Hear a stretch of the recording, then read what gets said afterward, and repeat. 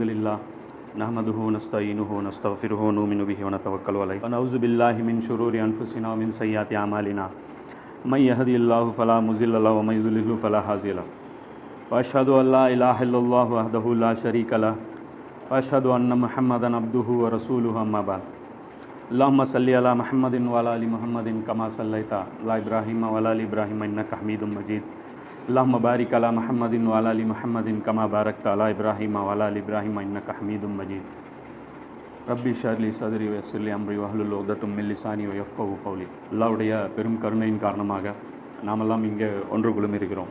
சொல்லமுடைய அந்த முன்னறிவிப்புகள் எவ்வளோ யூஸ்ஃபுல்லாக உங்களுக்கு இருந்துச்சு அப்படிங்கிற இந்த படிப்பினைகள் இது சம்பந்தமான சில உதாரணங்கள் இன்னைக்கு பார்க்க போகிறோம். இன்னைக்கு கிளாஸில் இன்ஷால்லா இதெல்லாம் கவர் பண்ண போகிறோம். முதல்ல இந்த 2001 இருக்கு இல்லையா, அதான் நான் சொன்னல கடைசி நூற்றாண்டு நம்ம தொடங்கிட்டோம் அப்படின்ட்டு. இந்த 2001க்கு அப்புறம் இருக்கக்கூடிய உலகம் வந்து ஒரு புது உலகம். இந்த 9/11 தாக்குதல் நடந்தது பாருங்க, அதற்கப்புறம் வந்து ஒரு புது உலகம் உருவாகியிருக்கு. இது சாதாரண ஒரு நிகழ்வு கிடையாது. அந்த 2001 9/11க்கு அப்புறம் தான் பார்த்தீங்கன்னா முஸ்லீம்களை குறி வச்சு தாக்கக்கூடிய அந்த மனப்பான்மை உலகம் முழுவதும் ஒரே நேரத்தில் கட்டவிழ்த்து விடப்பாரு. இப்போ அதோடைய ரிஃப்ளெக்ஷன்ஸ் தான் இங்கே எல்லாமே நடக்குது.